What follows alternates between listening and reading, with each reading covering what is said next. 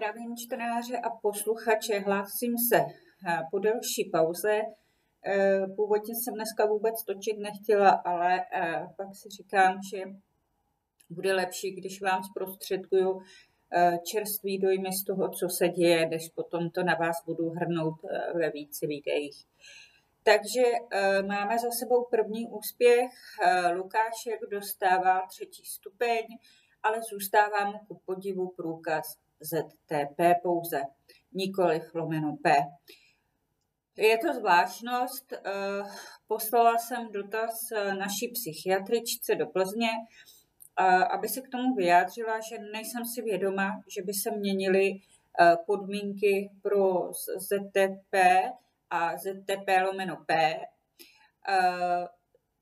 zvláště pro stupně na zdravotní průkaz. A zároveň se mi poslala vyjádření právníka, který tvrdil, že auto Lukášek nedostal, protože nemá ve správě, že se napadá nebo napadá okolí. Přesně to specifikoval 2 slovy autoagrese a ještě to druhý nevím. Jednou to otáčí tu agresi na sebe jako poškozování a jednou je to, že útočí na ostatní. S tím, že Lukášek tomu má ale napsaný jako afektivní rapty. Od začátku, co chodíme k psychiatře, to má napsané jako afektivní rapty. A teď jsem najednou seznamuju, že pro získání auta pro autistu musí mít jiný odborný název.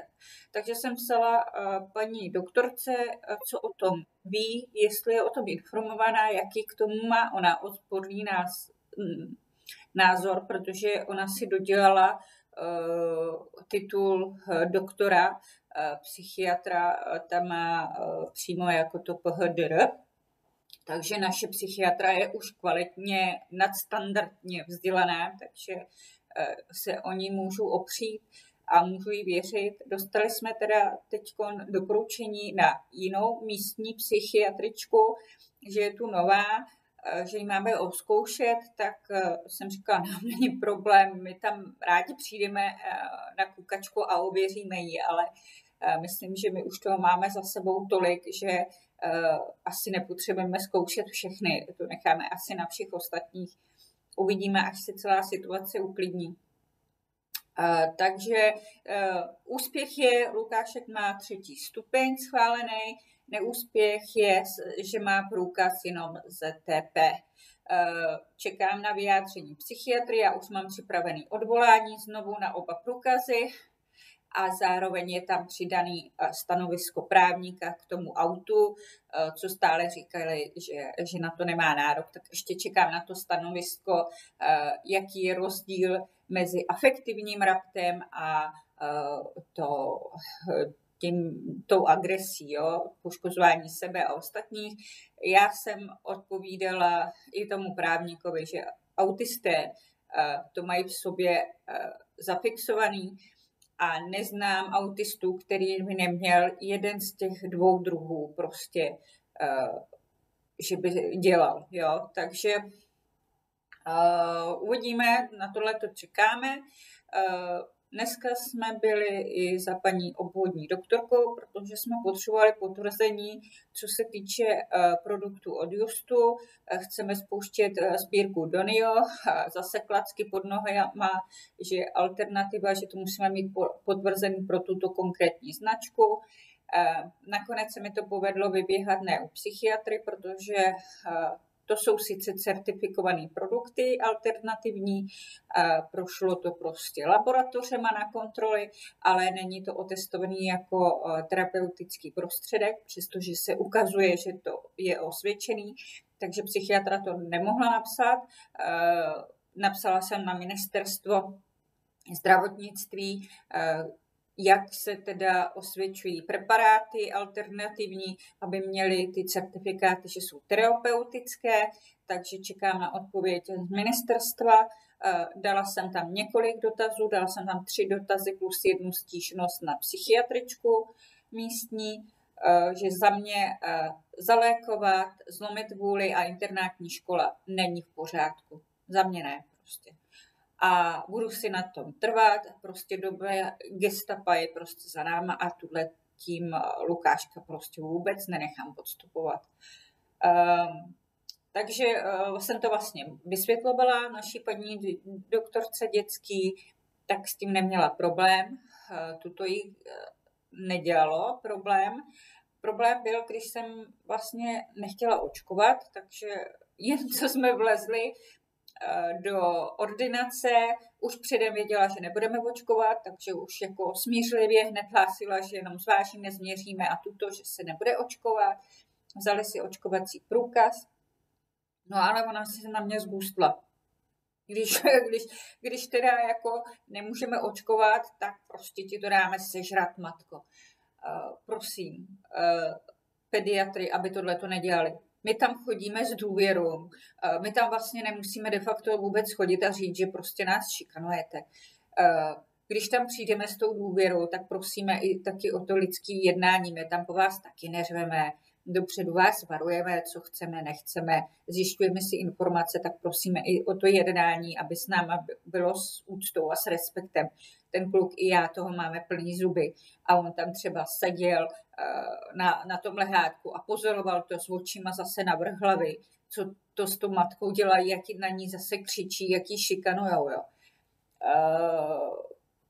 Pak se teda usmála paní doktorka na Lukáškovu hlášku, kdy paní doktorka zmiňovala zalékování a Lukášek se naštval a vysloveně odpověděl, jo jasně, zalékovat, aby ty děti byly zombie. No a nejlépe, aby jsme nebyli. Vysloveně takhle nějaký to řekl, já už si to nepamatuju doslovně. Ale něco takového jí prostě řekl a bylo vidět, že je fakt naštvaný. A paní doktorka se na něj mile usmála, že projevil i svůj vlastní názor a to asi běžně od autistů nečeká. Takže můj syn prostě nezapře to, že nemá retardaci, že vnímá a proto opravdu dávejte pozor, jak mluvíte před těma dětma s jejich pečujícíma osobama. Pro ty děti je to velice důležité a můj syn se naučil sice stáhnout a nevyvádět, nebránit tu matku a nechat to proběhnout, ale on to vnímá. Jo. A pro něj to není nic jednoduchého, akorát se mu ukazuje to, že těm lidem opravdu nemá důvěřovat. Jo. Že prostě lidi jsou zlí a zvlášť, když jsou to odborníci. Jo. To jako neskutečný. Neskutečný, co se tam dneska v ordinaci dělo. Asi to lidskostí nazvat nemůžu. Spíš bych to byla vybíjení vzteku, že jsem si prosadila svou, že se nebude očkovat.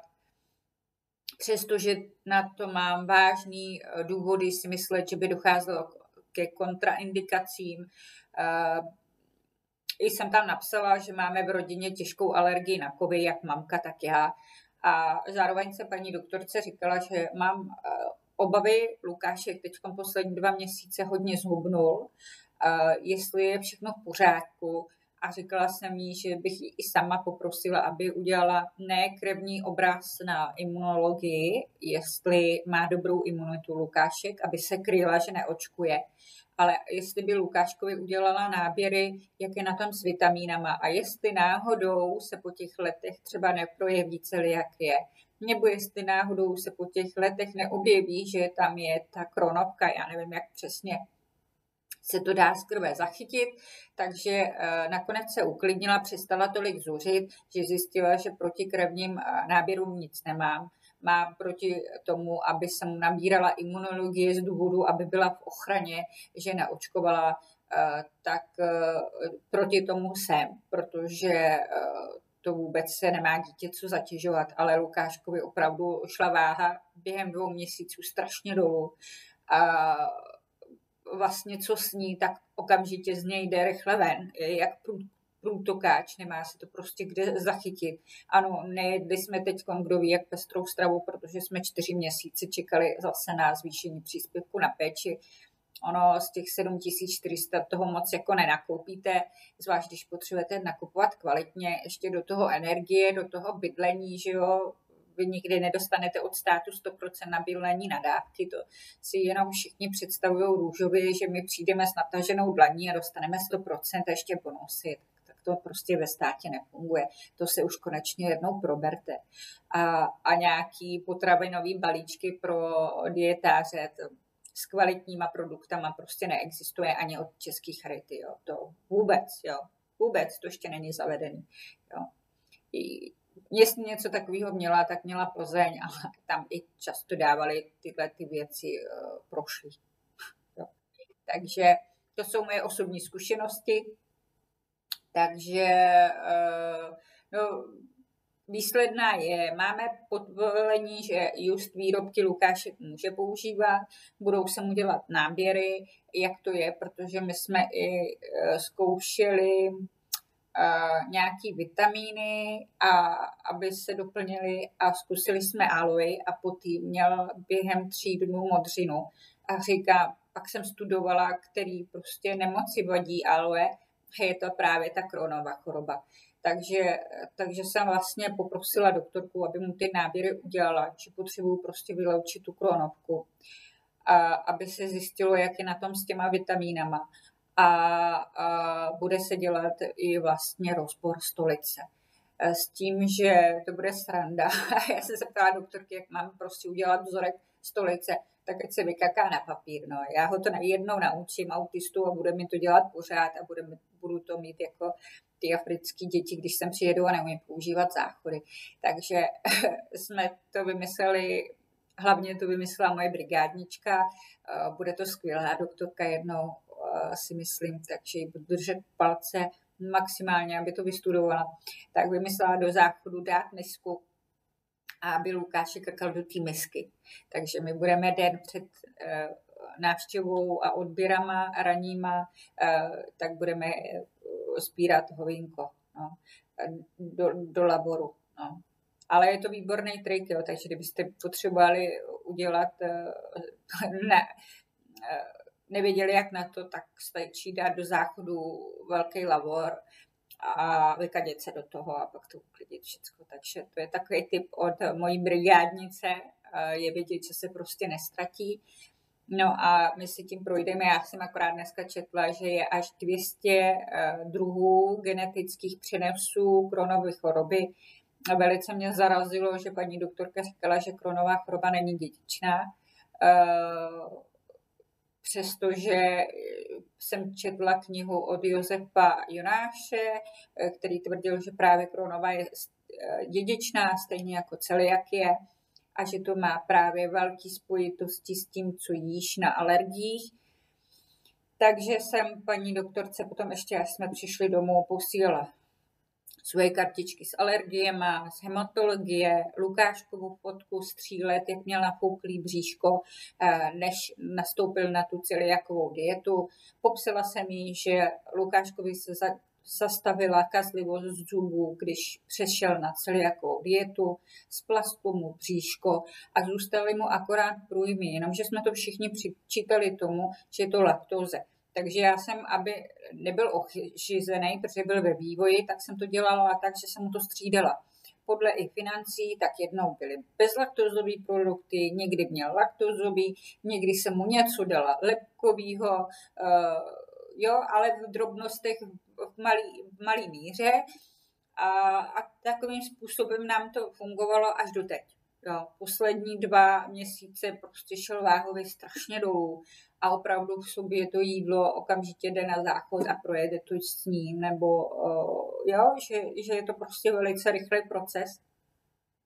Tak zjistíme, uvidíme. No, je lepší vědět, na čem jsme. Já vlastně procházím testování taky krve, takže uvidíme, co řekne moje obvodní doktorka, jenomže ona je to nemoc, kterou oni nemají pořádně zmáklou, neznají ani tu kolitidu, ani tu ucelózní nebo tu Crohnovou chorobu a ucelózní kolitidu. Oni je moc lékaři neznají. A já se furt ptám, jestli ty lékaře, když ho vystudujou, nám chodí na školení, protože já mám pocit, že nám někteří lékaři úplně jakoby upadají v tom, že nechodí na školení. Jo. pak není možný, aby tady místní psychiatra radila prostě něco, co bylo starý před 20 lety, a nebo doktorka by nevěděla, že Crohnova choroba může být i dědičná, jo. A nám to jde asi z linie prostě z maminky. Původně jsme právě mysleli celiakie, ale jak se mi tam začaly nabalovat další alergie, tak se obávám, že něco takového se spustilo i u Lukáška, protože dostal teďkon, když jsme neměli tolik masa, víc vajíček a jemu to prostě asi neudělalo dobře. Takže úplně vás vysazovat tu stravu, jakou má teď, nechci. Projde se příští týden náběrama, odběrem stolice a pak budeme čekat, co poví laboratoř. Až potom vlastně plně změníme jídelníček. Takže jsme i s Lukáškem domluvený, že aby se to projevilo, tak zkusíme nějakou housku, nějaký pečivo mu nasadit, aby to prostě, pokud tam je celiakie nebo něco, aby se to projevilo, s tím, že jestli ho bude bolet bříško, bude mít průjem nebo něco takového, tak natočíme video, jak to prožívá, jak si cítí, protože Lukášek může mluvit a vnímá některé věci dobře, tak je může i popsat. Jo, takže se necháme překvapit, jsme takhle domluvený. On sám prostě říkal, že to chce zkusit a hlavně si stěžoval, že teda dostává málo masa. Jo. Tak prosím vás, pro něj málo masa je z penny salám junior a to je pro něj maso. Když mu udělám kuře nebo něco takového, tak to nechce. Nejradši by jenom řízky. Jo? No, tak v tom rozpočtu to úplně jako nejde. A dostává rybičky, které jsou naloženy třeba v rajčatové omáčce a podobně. On miluje ryby.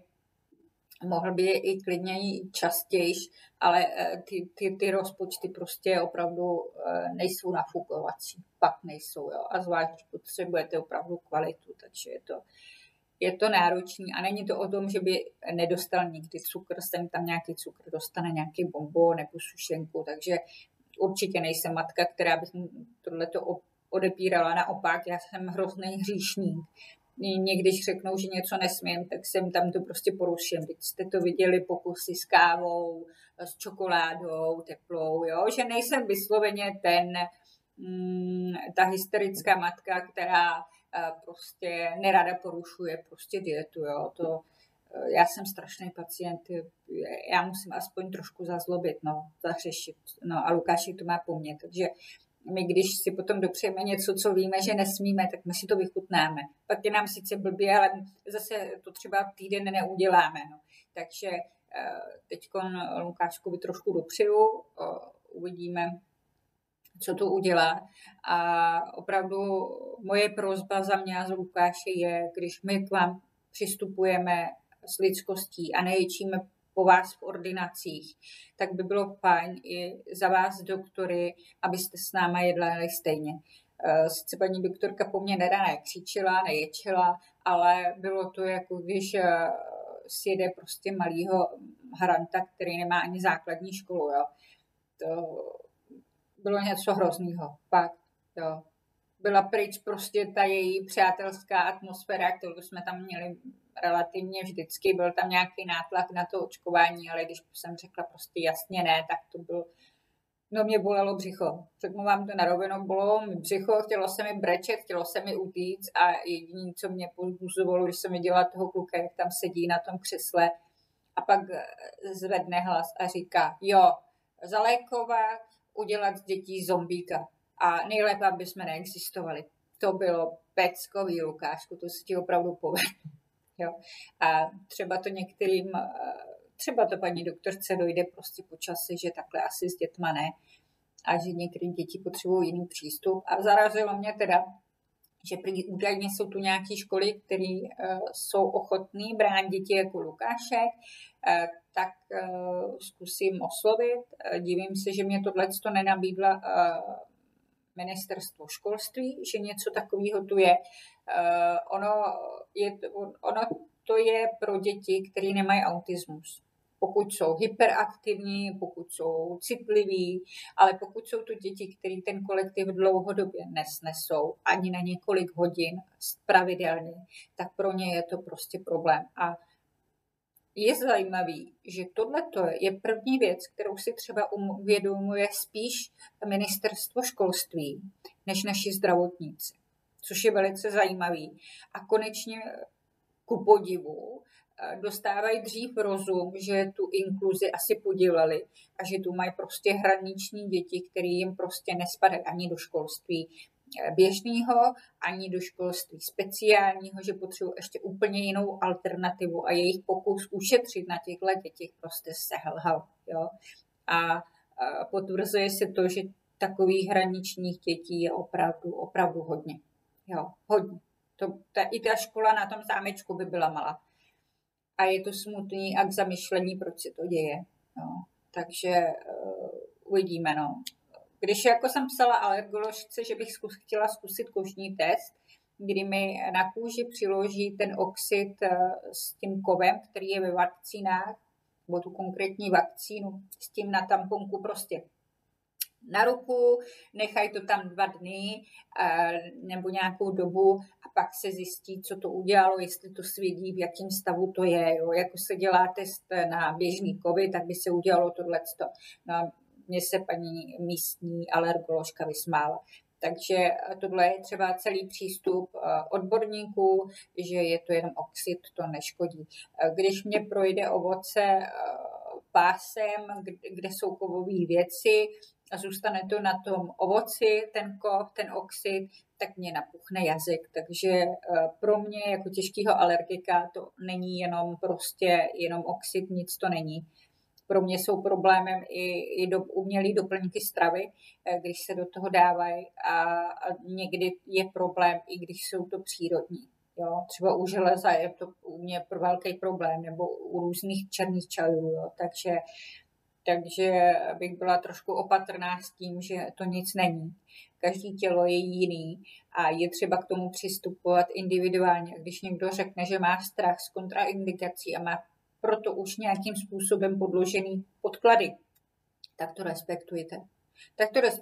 A když ten člověk je ochotný ze sebe dělat nějakého pokusného králíka a udělat ten test na tu alergii s tím přiložením na tu kůži, tak bychom to měli spíše podpořit a ne se tomu smát. Jo? Protože jak dlouho máme medicínu s vakcínami? 200 let?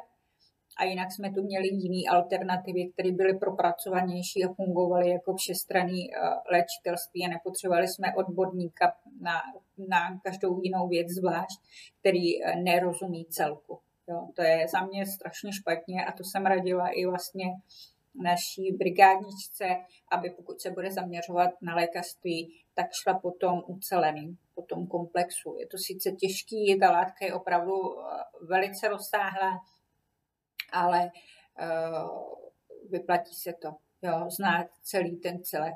Pak už se potom třeba snadněji zaměří na něco konkrétnějšího.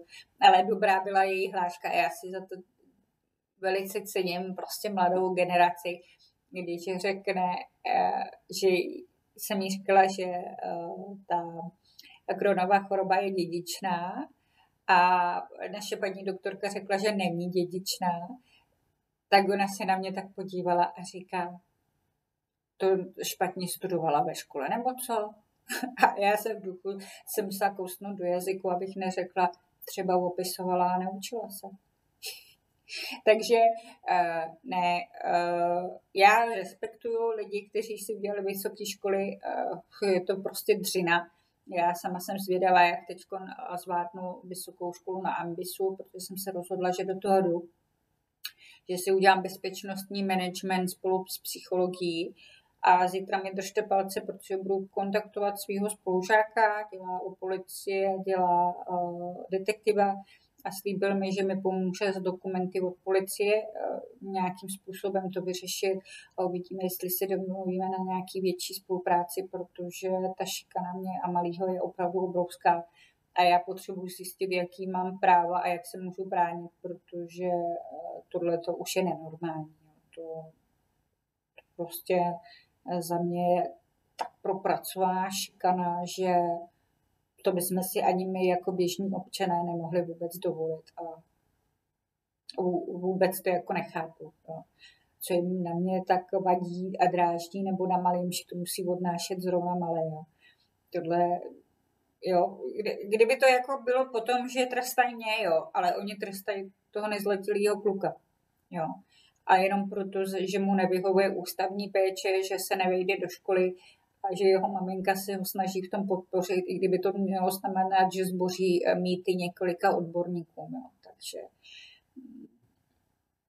nevím, to za mě nejsou dobrý postupy, takže se necháme překvapit, uvidíme, co nám udělají sbírky a jestli nás chcete nepodpořit nepřímo, Lukášek má účet, můžete mu poslat účet, můžete tam poslat dary, nebo můžete říct, já vám dám faktury na proplacení, můžete nám nakoupit přes košík.cz, můžeme si domluvit, co nám chybí, co bychom potřebovali, možností je spoustu, jak nás podpořit. Tak, a hlavně mi držte palce, že když už jsem se do té vysoké školy pustila, aby se našel sponzor, neziskovka, mecenáš, který tu školu uhradí, protože jsem vůbec netuším, z čeho to budu hradit, protože jsou to vysoké peníze a na distanční výuku sociální granty od té školy nejsou. Takže co bude, nevím. Mecenáši snad nevymřeli a snad se někomu moje práce zalíbí tak, že ji podpoří. A Lukášek to dělá denně. A musím mu moc poděkovat, protože já jsem vlastně odešla fakt zničená od té doktorky. A Lukášek to viděl. My jsme potom se stavili pro kebab, aby se pořádně zase najet. Pak jsme šli na poštu něco zaplatit, kredity a pak už jsem to nevydržela a brečela jsem cestou. A můj syn říkal, nejdřív to nechápal furt, jako proč brečím, proč se mě to dotklo, vždyť se paní doktorka smála. Prostě autismus špatně vyhodnotil. No a protože říkám, že se mi to prostě dotklo a Lukášek pak mě chytnul takhle kolem pasu, lehce mě obejmul, když jsem šla a říká, to je dobrý, někdy je lepší se vybrečet. Takže pro mě tohleto gesto bylo něco neuvěřitelného, protože on ty dotyky nemá rád, on to objímání moc nemusí a tohle bylo za ty všechny útrapy, tohleto mi za to stálo. Takže kdo takový dítě nemá, tak to asi nepochopí, ale pro mě to bylo opravdu úžasné gesto a jsem ráda, že ho mám a že přestože je to obrovský boj prosadit to, aby se mu dostávalo to, co mu vyhovuje, tak to dělám ráda a asi bych se nikdy nerozhodla pro opak. Takže mějte se hezky, já se pak za den, dva přihlásím, jak se věci pohnuly a prostě nám držte palce. Nezapomeňte nás podporovat, sledovat, nezapomeňte lajkovat videa, sdílet mezi známí a děkuji za podporu a odezvy, že mě v tom podporujete, abych ty videa nestáhla a točila dál, protože já to víte, že já to prostě nemusím a nechci, ale jestli to znamená, že jsem inspirací pro pár z vás, tak já to prostě budu dělat ráda. Takže mějte se hezky a já se pak za pár dní zase ozvu.